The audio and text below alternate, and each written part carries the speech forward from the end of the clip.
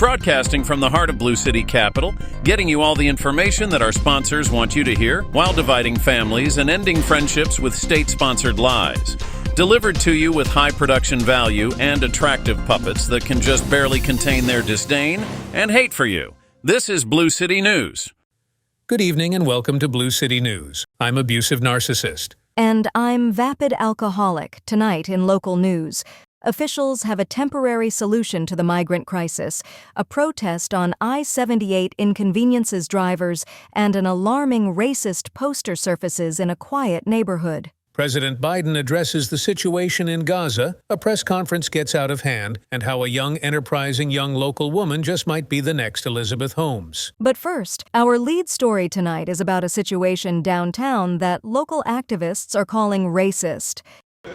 We are sick and tired of the white supremacists, capitalist supremacists. We depend on this store. We need this store.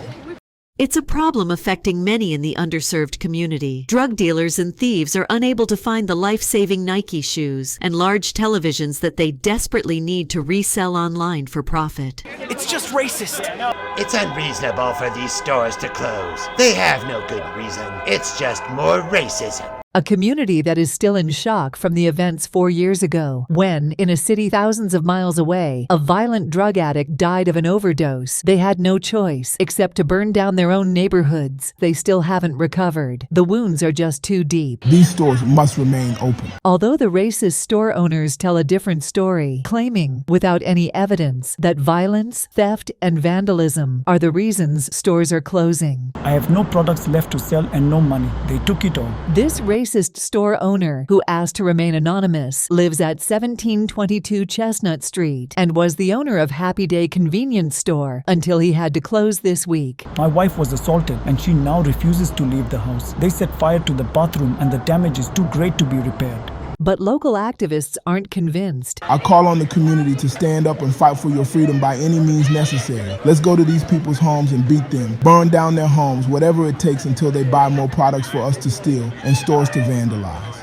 For those of you who want to join the protests, a list of home addresses of business owners and employees downtown can be found on our website. It's a national crisis and it's finally come to our town. We go to Nepotism Air, who is live at City Hall. With the arrival of thousands of fighting-age military men from the southern border, the city is in crisis. They've run out of places to give them gift cards and food, and officials have had to make some tough decisions. So where are our kids supposed to go to school? In a unanimous vote, the City Council has opted to open up all regional, elementary, and middle schools to the illegal migrants, claiming in an official tweet, "Right now we're asking the community to support our new arrivals as they bring in all sorts of fentanyl to sell and abuse women to sex traffic." It's the only humanitarian solution. When asked about where the displaced school kids will be learning, no one seemed to know. Who cares about your stupid kids? We're busy being compassionate here. But there's some xenophobes who think this is a bad idea. They've decided to stage a violent counter-protest at the VA hospital, which has also been targeted for repurposing into a migrant shelter. They are literally kicking out our soldiers who have sacrificed their bodies for this country into the streets just so they can have room to give out free health care and $3,000 gift cards to these people who should not be here.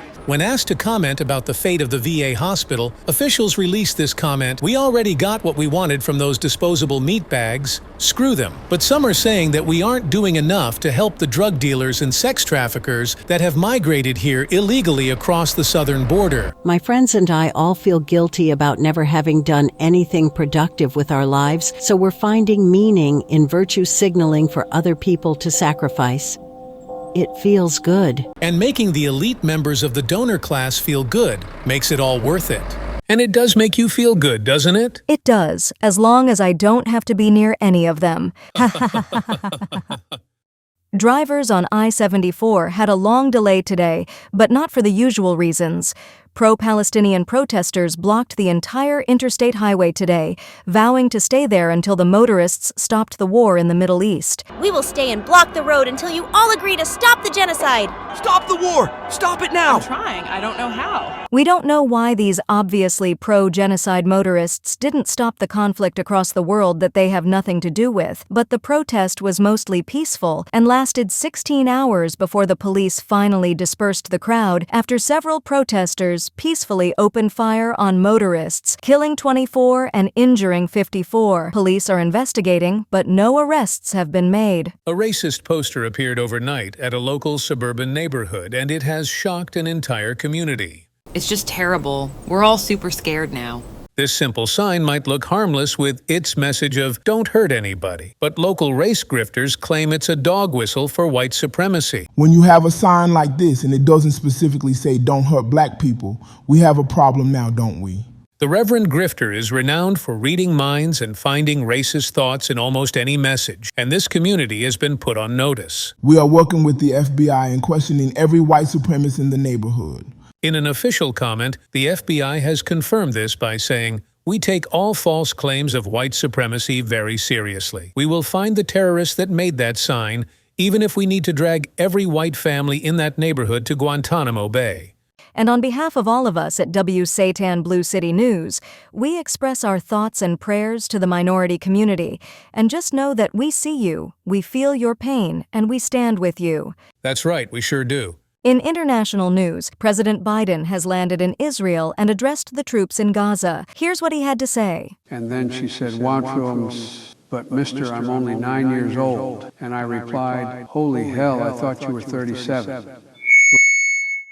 Laugh, you dumb bastards. That was a joke, Jack. I'll tell you. You kids think you're so tough.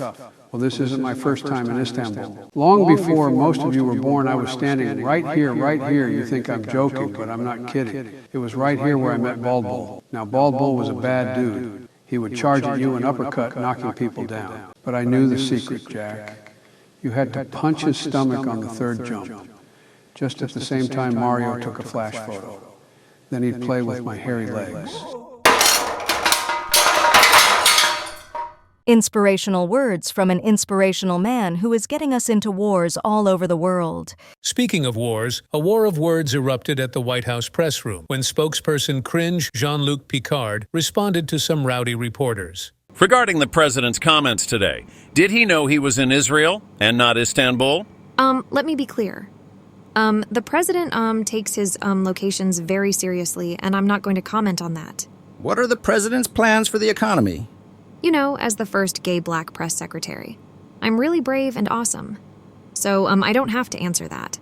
What is the president's response to Americans who are fearful of World War III? Well, I think that's just right-wing talking points. Does the president have a message for Americans struggling to pay for groceries and essentials right now? Well, I would tell the, American people to stop reading into their, experiences and just trust the numbers given on the news. You just said... Okay, that's all for today. See you at the party tonight, and go suck it, America. You know, I just can't imagine how hard her job must be sometimes. The racism and misogyny she deals with must be exhausting, but she keeps getting up and coming back no matter how badly she is treated by the press corps. And on the subject of hating women, Disney has announced new progressive protocols for all films and TV shows moving forward. In a press release, Disney announced, "In our efforts to push even further DEI values, plot, characters, and storytelling will no longer be a part of any Disney project, as all productions will just be rich people talking about themselves for 2 hours. We hope this new initiative shows how much we truly despise the average person and destroys any goodwill built up over the last 100 years. That's so progressive. I'm really excited to see what they come up with. We all need more lectures from out-of-touch people in our lives. You couldn't be more right. What kind of knuckle-dragging conservative would want a story with characters that they liked? I don't watch movies, so obviously my opinion is more important. And I agree. We end today's broadcast with a feel-good story about a local girl who wants to make a big change. Distractingly Attractive has the story. It's a beautiful day up here in the affluent gated community, and for one teen, it's about to get even better. This is Rich Bratt, a 16-year-old who started her own nonprofit, and with the help of her father's connections and a team of grant writers, she was able to secure a $3 million investment for her company, Girl Power, which will spread awareness of women's issues. I'm totally taking all my friends on a tour all around the world. We're going clubbing and drinking, while, spreading awareness of the oppression women face. In what is definitely not a scam to defraud taxpayers, she plans to spread her message of empowerment while using herself as an example. I've definitely dealt with misogyny and discrimination. It sucks. We need to tell people about it. And that's exactly what she plans to do. With Blue City News, I'm distractingly attractive. Back to you at the studio, Vapid. This brave girl is really showing that if you have a man do all the work for you, women really can get it done. A happy ending to a sad story. With all the chaos in the world now, it is reassuring that the wealthy are doing okay for themselves. Thanks, distractingly. And with that, we close our show for today. We thank you for watching and hope you stay safe out there. Good night.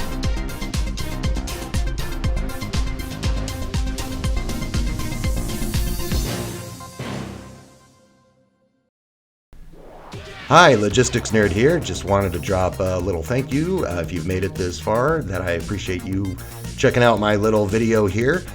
Please make sure you subscribe and enable notifications. I got a bunch of cool stuff coming up here. It's not just going to be news parodies, but I'm also going to be doing some Star Wars stuff. Going to be lambasting the sequel trilogy and other pop culture failures that we're going to have a lot of fun with here.